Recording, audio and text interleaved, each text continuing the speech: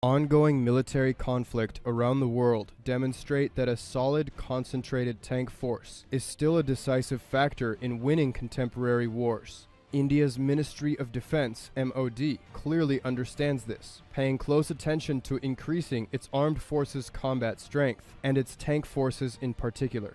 Modern India's armored forces include 3 divisions and 8 tank brigades, not accounting for 8 light armored brigades.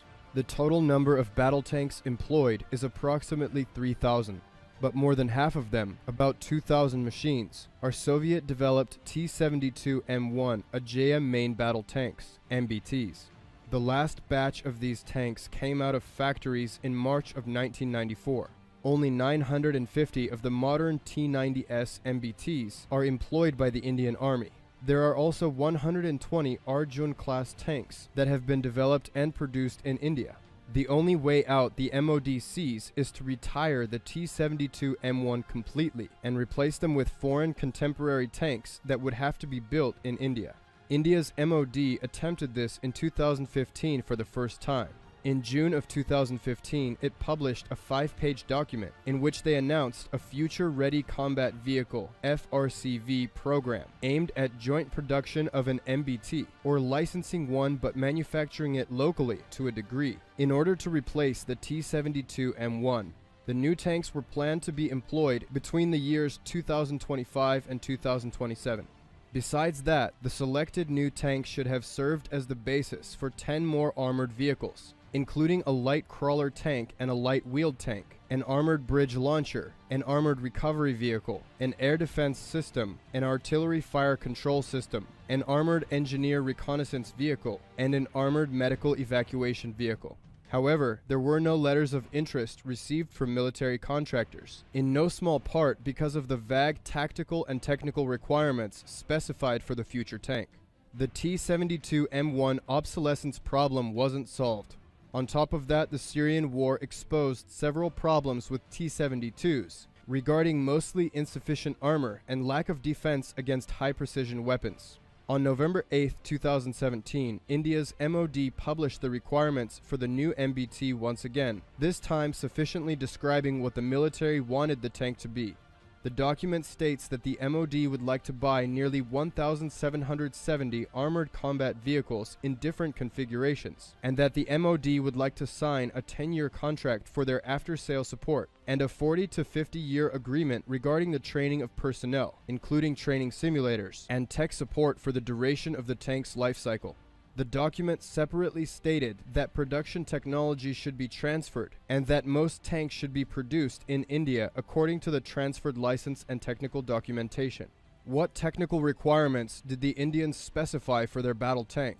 Firstly, it should rapidly assert dominance on the battlefield and be highly mobile, have high accuracy, and have several layers of defense. It should be able to take part in battle during any time of the day, on any of India's diverse terrain, including mountains, deserts, flatlands, river valleys, and so on. And its weaponry should assure the destruction of any target, including moving and highly defended stationary ones. The tank should also be able to use several types of ammo, including anti-tank guided missiles, and should also be able to hit low-flying helicopters and jets. Secondly, the tank should weigh about 42.5 to 57.5 tons. It should have a low profile and should be combat ready at temperatures ranging from -30 to +50 Celsius. Its size should allow for transport by road, railway, ships, and airplanes. Thirdly, the tank's weapons should include 120mm or 125mm cannon, able to fire 6 to 8 shots off per minute. The anti-tank guided missiles, ATGM, used by the tank should be able to pierce 1,000mm armor at a distance of 5 kilometers. Minimum capacity should account for 40 shots, including the ATGM. A 7.62mm machine gun paired with the cannon, with a range of no less than 1,000 meters, with capacity of no less than 2,000 shots. A 12.7mm or more anti-aircraft machine gun, able to hit targets in the air at a distance of 1,500 meters, and land targets at 2,000 meters. Ammo capacity, no less than 800 shots. The fire control system should be able to detect tank-type targets at a distance of 5 kilometers during the day and 3.5 kilometers during night, and should achieve a 90% hit probability for the first shot. The tank's movement range should be no less than 300 kilometers on varying terrain and no less than 500 kilometers on road. India's MOD gave manufacturers a deadline to respond of December 20th, 2017. Right away, the American Abrams and the German Leopard heavyweights do not satisfy weight requirements. Besides that, India's MOD is interested in modern technologies, hence buying the tanks mentioned above as well as Russian T-90 tanks are off the agenda. Russian T-90s are being manufactured in India with a varying degree of localization.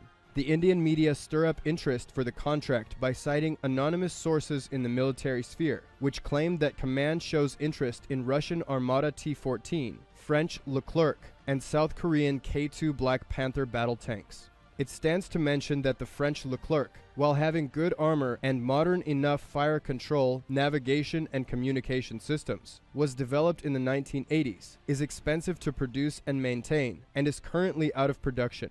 The Korean K-2 is the most modern MBT employed by a military, but at the same time, it is very technologically advanced and is the most expensive tank in the world.